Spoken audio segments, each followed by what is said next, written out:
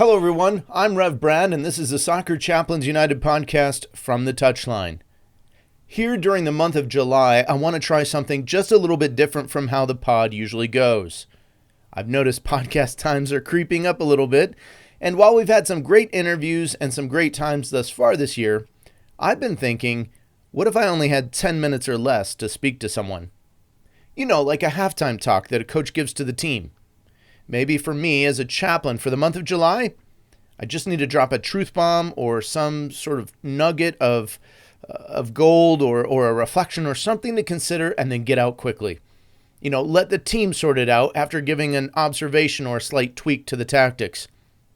So let's pretend that the first half whistle is blown, the clock is ticking down, let's get in that locker room, get it sorted quickly, and we begin right after this. He's found the back of the net. Just a little off foot, thinking he's going to go far post. Not strong enough with his right hand. Whips that one in. Far post, almost made him ends, and they have. He has the hat-trick.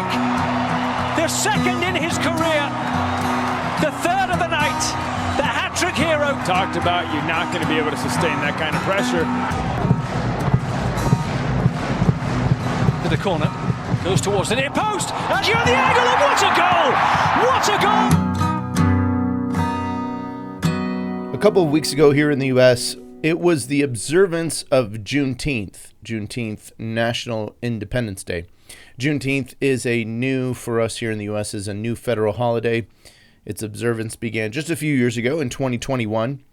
Juneteenth is a portmanteau or a blend of the words June and 19th. The day commemorates the day that Major Jordan Granger ordered the final enforcement of the Emancipation Proclamation, and that happened in Texas.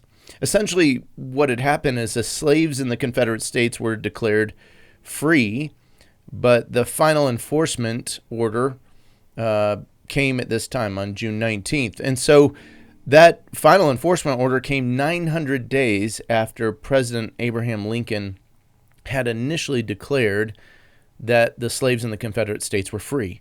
And it came 71 days after Confederate General Robert E. Lee had surrendered to the Union. So Texas, being one of the most remote parts of the Confederacy, it took the longest amount of time to make that original declaration come true. Well, this week we also observe July 4th.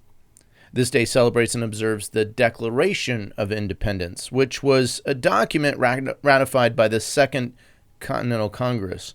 It established the United States of America, and essentially, this piece of paper had been signed, and it declared that the 13 colonies were no longer subject to the nation of Britain and King George III.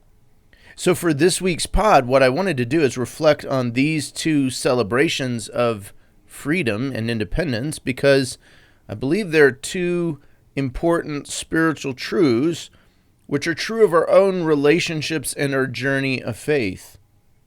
The first is this: like July 4th, there are times in our lives, or there's people, if you will, who know and understand that they are not free, and thus there's a declaration to be made, a battle to be fought and won, and a freedom to strive for and earn. But the second truth is like this: like Juneteenth, there are times in our lives, and again, we could say people, if you will, who do not know that they are free. And what's interesting to me is with Juneteenth and July 4th, it's almost like two opposing truths are at work here. See, in that second case of Juneteenth, a declaration had been made, a battle had been fought and won, i.e. the Civil War, but all that was left was for people to know and understand, and we could say for it to be enforced, that they were free. Again, as I said before, I see both truths at work in my role as a chaplain. There are those for whom they've become aware that they're enslaved. They're trapped, captivated, addicted, we might say. It may be a vice like smoking or drinking. It could be an addiction as like pornography or overeating. It may be enslavement to performance or identity-related issues. For them, a declaration needs to be made. and a rigorous and difficult journey of fighting a battle to overcome that massive challenge that has to be undertaken. The second part, though, is true as well, and I find this more at work in terms of our spiritual salvation or our faith journey. The truth is that we are already, quote-unquote, free.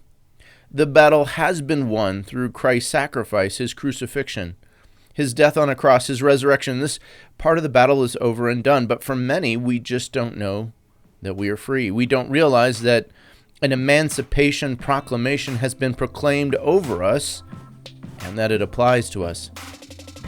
So, my friends, let me encourage you to take a moment of assessment. Which Independence Day are you able to celebrate? Or which one, might we say, is more true for you in this moment? Do you know that you are free? Do you know you're free in Jesus? Or perhaps you know you're free, but there's a battle to be fought against something that has enslaved you or has held you captive. May you and I experience freedom on both fronts, on each side of our lives, spiritually, mentally, and physically. This is Rev Brad coming to you from the Touchline.